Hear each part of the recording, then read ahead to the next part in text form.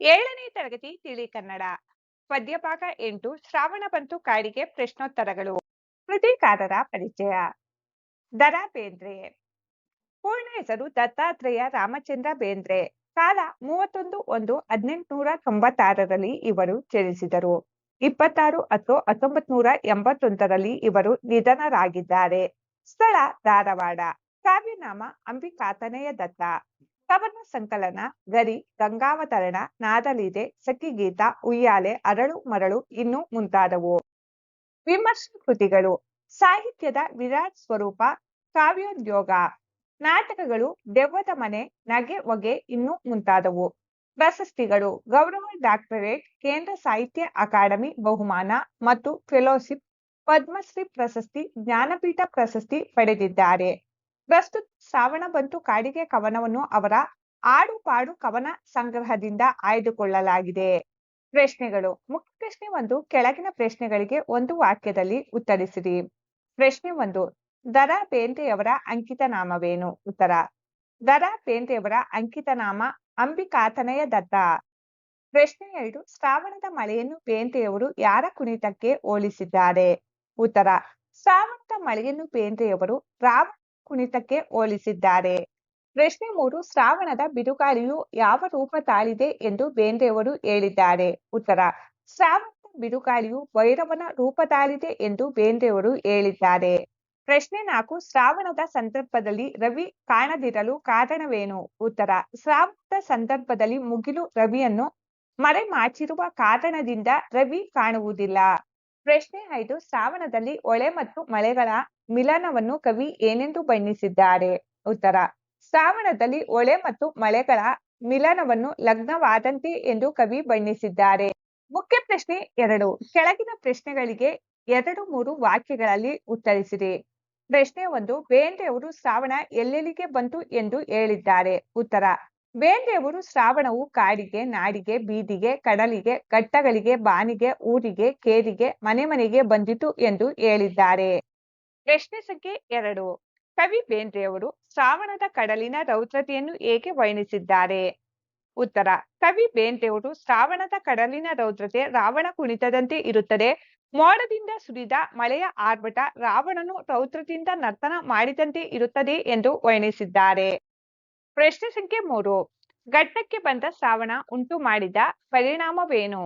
ಉತ್ತರ: ಶ್ರಾವಣ ಘಟ್ಟಕ್ಕೆ ಬಂದಾಗ ಹಸಿರು ಹಾಸಿದಂತೆ ಕಾಣುತ್ತದೆ. ಆ ದೃಶ್ಯ ಘಟ್ಟಕ್ಕೆ ಪಟ್ಟಾಭಿಷೇಕ ಮಾಡಿದಂತೆ ಕಾಣುತ್ತದೆ. ಪ್ರಶ್ನೆ 4, ಕವಿಗೆ ಶ್ರಾವಣದಲ್ಲಿ ಹೊಳೆ, ಮಳೆ ಹಾಗೂ ಭೂಮಿಗಳು ಹೇಗೆ ಕಾಣಿಸಿದವು? ಉತ್ತರ: ಕವಿಗೆ ಶ್ರಾವಣದಲ್ಲಿ ಹೊಳೆ ಮತ್ತು ಮಳೆಯ ನಡುವೆ ಲಗ್ನವಾದಂತೆ ಅನಿಸುತ್ತದೆ. ಈ ದೃಶ್ಯವನ್ನು ಭೂಮಿ ತಾಯಿ ಮಗ್ಗಳಾಗಿ ನೋಡುವಂತೆ ಕಾಣಿಸಿದವು. ಪ್ರಶ್ನೆ 5, ಊರು ಕೇರಿಗಳಲ್ಲಿ ಶ್ರಾವಣದ ಸಂಭ್ರಮ ಹೇಗೆ ಕಾಣುತ್ತದೆ? ಉತ್ತರ: ಊರು ಕೇರಿಗಳಲ್ಲಿ ಶ್ರಾವಣದ ಸಂಭ್ರಮ ಮುಗಿಲು ಮುಟ್ಟುತ್ತದೆ. ಮಳೆ ಗಾಳಿ ಅಡುಸ ತರುತ್ತದೆ. ಜೋಕಾಲಿ ಜಿಗಿದ ಆನಂದವನ್ನು ತರುತ್ತದೆ. ಮುಖ್ಯ ಪ್ರಶ್ನೆ 3, ಕೆಳಗಿನ ಪ್ರಶ್ನೆಗಳಿಗೆ 7-8 ವಾಕ್ಯಗಳಲ್ಲಿ ಉತ್ತರಿಸಿ. ಪ್ರಶ್ನೆ 1, ಬೇಂದ್ರೆಯವರು ಶ್ರಾವಣದ ಪ್ರಾಕೃತಿಕ ಸೌಂದರ್ಯವನ್ನು ಯಾವ ರೀತಿ ವರ್ಣಿಸಿದ್ದಾರೆ? ಉತ್ತರ: ಶ್ರಾವಣ ಮಾಸ ಬಂತೆಂದರೆ ಮೈ ಮನಸ್ಸುಗಳು ಹಿಗ್ಗುತ್ತವೆ. ಪ್ರಕೃತಿಯಲ್ಲಾಗುವ ಬದಲಾವಣೆ ಮನುಷ್ಯನಿಗೆ ಮುದ ನೀಡುತ್ತದೆ. ಬೇಸಿಗೆ ಬಿಸಿಲ ಬೇಗೆಯಿಂದ ಬೆಂದ ಭೂಮಿ ವರ್ಷ ಋತುವಿನಿಂದ ತಂಪಾಗಿರುತ್ತದೆ. ಆಕಾಶವೆಲ್ಲ ಕಾರ್ಮುಗಿಲಿನಿಂದ ಕೂಡಿ ಸೂರ್ಯನೊಂದಿಗೆ ಸ್ಪರ್ಧೆ ನಡೆಸುತ್ತಿರುತ್ತದೆ. ಮಳೆಯ ಹನಿಗಳಿಂದ ಪ್ರಕೃತಿಯ ದೇವಿ ಮಿಂದು ನಳನಳಿಸುತ್ತಿರುತ್ತಾಳೆ. ಎಲ್ಲೆಡೆ ಹಸಿರು. ಇಂತಹ ಶ್ರಾವಣ ಮಾಸದ ಮಳೆ ಕಾಡಿಗೆ, ನಾಡಿಗೆ, ಬೀಡಿಗೆ ಬರುತ್ತದೆ. ಬರುವಾಗಲೇ ಉತ್ಸಾಹ, ಸಂಭ್ರಮಗಳನ್ನು ಹೊತ್ತು ತರುತ್ತದೆ.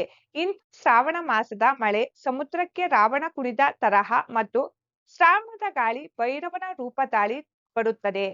ಘಟ್ಟದಲ್ಲಿ, ಆಕಾಶದಲ್ಲಿ, ಭೂಮಿಯ ಮೇಲೆ ಎಲ್ಲಾ ಕಡೆಯೂ ಮಳೆಯ ಆರ್ಭಟ.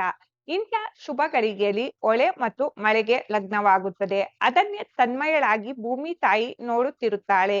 ಹೀಗೆ ಊರಿಗೆ ಕೇರಿಗೆ ಬರುವ ಶ್ರಾವಣದ ಮಳೆ ಜೋಕಾಲಿಯ ಜೀಕಿನಂತಿರುತ್ತದೆ.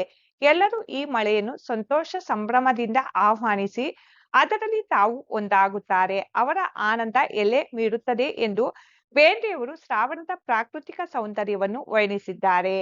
ಭಾಷಾಭ್ಯಾಸ. ಮುಖ್ಯ ಪ್ರಶ್ನೆ 1, ಕೆಳಗಿನ ಪದಗಳಿಗೆ ಗ್ರಾಂಥಿಕ ರೂಪ ಬರೆಯಿರಿ.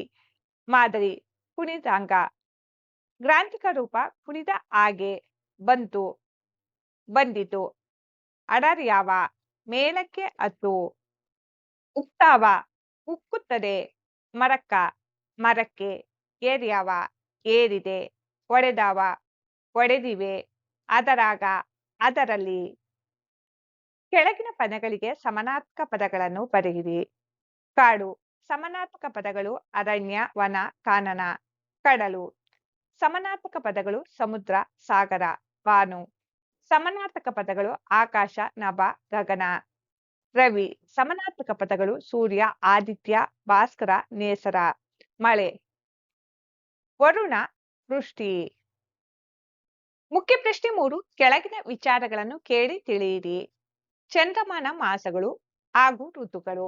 ಚೈತ್ರ ವೈಶಾಖ ವಸಂತ ಋತು, ಜ್ಯೇಷ್ಠ ಆಷಾಢ ಗ್ರೀಷ್ಮ ಋತು, ಶ್ರಾವಣ ಭಾದ್ರಪದ ವರ್ಷ ಋತು, ಅಶ್ವಿಜ ಕಾರ್ತಿಕ ಶರತ್ ಋತು, ಮಾರ್ಗಶಿರ ಪುಷ್ಯ ಹೇಮಂತ ಋತು, ಮಾಘ